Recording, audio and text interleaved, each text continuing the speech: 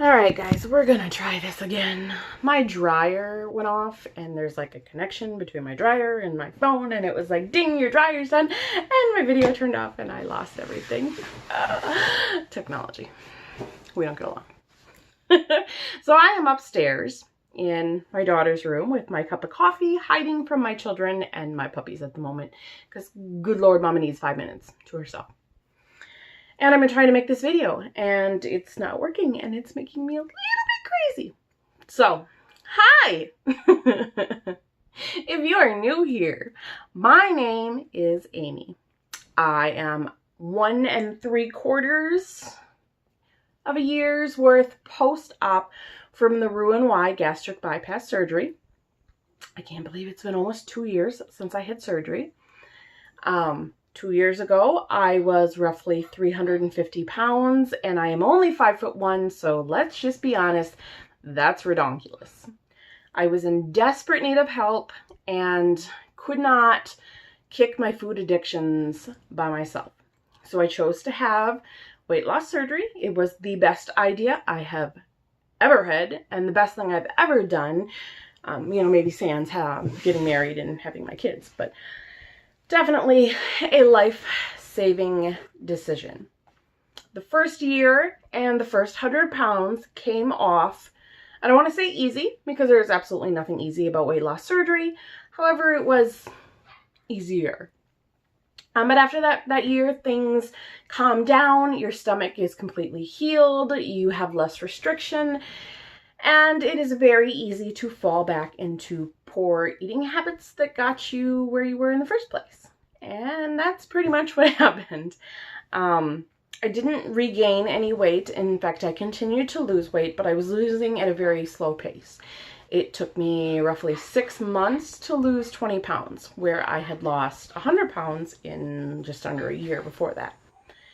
So, realizing that I needed to get back to the rules of bariatric surgery and back to eating the way I was supposed to be eating, which was supposed to be low carb, I decided to actually restart keto. My husband started a year ago. I started with him at the same time, and after about 3 weeks I fell off, and I was like, screw it, I just want a piece of bread. Bread is one of the few things I can still eat. I just want some bread. So after eating too much bread, I came back, and I've been doing keto for 2 months now. It has been working quite well for me.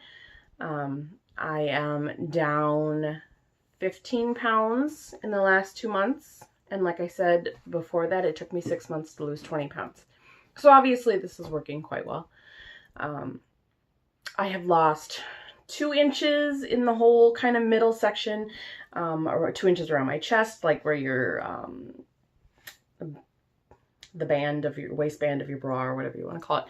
2 inches there, 2 inches around my waist, 2 inches around my hips, 1 inch around like each extremity. So an inch around my arm, an inch around my thigh, an inch around my, my calf. And the best part, I have lost an inch around my neck. I have, in the past anyway, had very severe obstructive sleep apnea, and your neck measurement is a big indication of how bad your sleep apnea can be, because the more fat there is around your neck, the more it is going to obstruct your breathing while you sleep. I gotta speed up a little bit. I keep sliding back here. Well, so the smaller your neck, the less fat there is to obstruct your airway, and the less severe your sleep apnea becomes. I am at a point now where I do not need to use my CPAP. I could still use it if I wanted to. The sleep doctor that I see, said it is completely up to me. But when I use it, I don't feel like I get any better sleep than I do without it. And it is a lot of maintenance, a lot of cleaning, a lot of parts that need to be changed frequently. And while insurance covers most of it, it can still be a little bit on the pricey side. So I choose not to use it. And I don't feel like I need it. So every inch I lose in my neck is that much better I sleep at night. And Lord have mercy, we all know how much sleep moms need. Or a lot of coffee, whatever. I'll take both. So When I started 2 months ago, I started immediately after my period. Like, my period ended on Friday and I started keto on Monday. So I managed to kind of avoid the whole PMS situation the first round, which was good because I needed that to kind of get myself through the very beginning stages of keto and keto flu, which can be a little rough. Then last week, I had my very first period within this keto realm. Now, I'm not a person who normally has a 28-day cycle. I never have been. I don't have PCOS or anything like that, amazingly, somehow. I don't know. I've got 4 kids. How I never had PCOS and all the infertility testing I had done, that was just never an issue for me. But I do have longer cycles. And if you've done any sort of research into natural family planning, you'll know that it's actually not very normal for women to have 28-day cycles. That just seems to be what they teach in sex ed classes. And I don't know why. Anyway, we won't even get on that bandwagon. Anyway, so within this 2-month period, this is the first period. Yeah, 2 months, whatever. Anyway, first period I've had while on keto, like probably ever. And it was rough. Because of my gastric bypass surgery, I can only take Tylenol as a pain reliever, which helps, but is not great for pain relief. So while, you know, it takes the edge off, I still don't feel very well. And hormones fluctuate like you wouldn't believe while losing weight. And, you know, just the normal PMS and being sleepy and crabby and tired and in pain and bleeding and wanting to stab somebody. You know, the normal. And in the past, you know, before I had surgery, food is something that I had always relied on and somewhere that I would go for comfort when I wasn't feeling well. So being in this little keto land where you can't scarf down carbs and all the chocolate in the world, it's rough. I mean, it's rough bariatric wise, but then you add keto into it, which is even more restrictive than a bariatric diet. It was extra rough, and I didn't do very well. I'll be honest, I caved a lot. I ate things I should not have eaten, and I paid dearly for it. Up until that point, I had lost 3 pounds, and I not only gained back that 3 pounds, but I gained an extra pound. So my second month on keto, I like gained 4 pounds instead of losing weight. Whoops. Maybe next time I'll do my measurements right before my period, so that I feel like I, you know, actually did something. And I definitely need to prepare myself for the next period and be ready with keto-friendly options, keto-friendly comfort foods.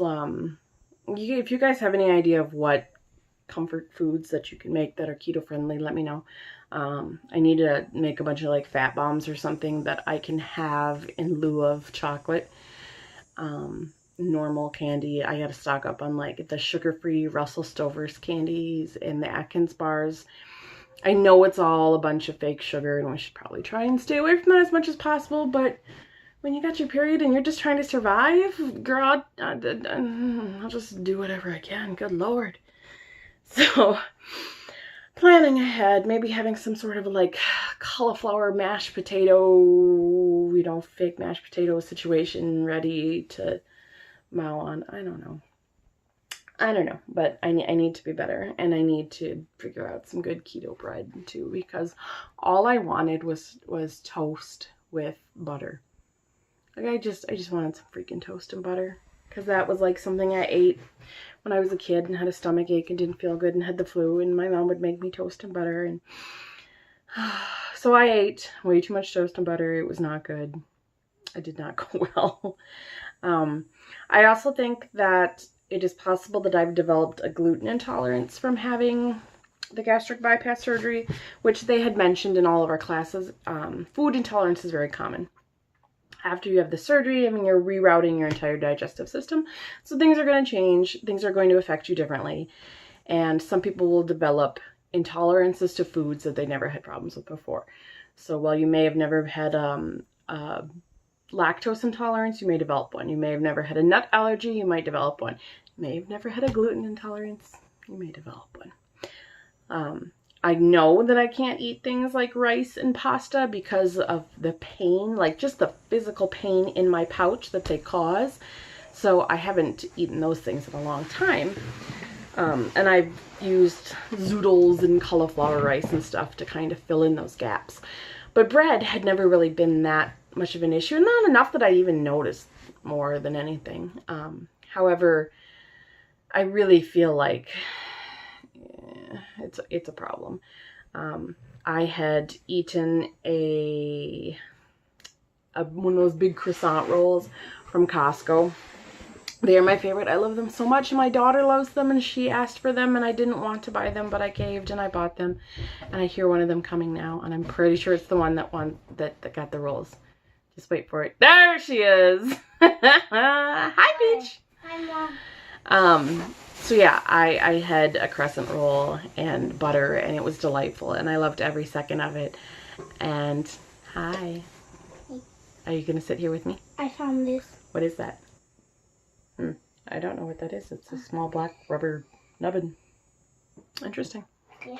Anyway, so I ate it. I loved it. It was delightful. Several hours later, however, my stomach bloated up, and I felt miserable. I felt like a water balloon that was about ready to pop. I felt awful. So, and it was one of those, like, am I just imagining that my stomach feels like, you know, or is my stomach really like... So I got out the tape measure and measured my stomach, and I had gained 4 inches.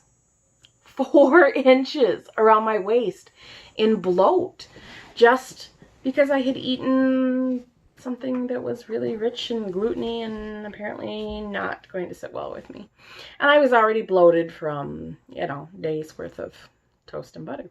But like, for whatever reason, that thing just blew me up. So I spent the whole night drinking, and I went for a run and tried to kind of run as much of it off as I could, and feeling much better now. My measurements are back down to normal.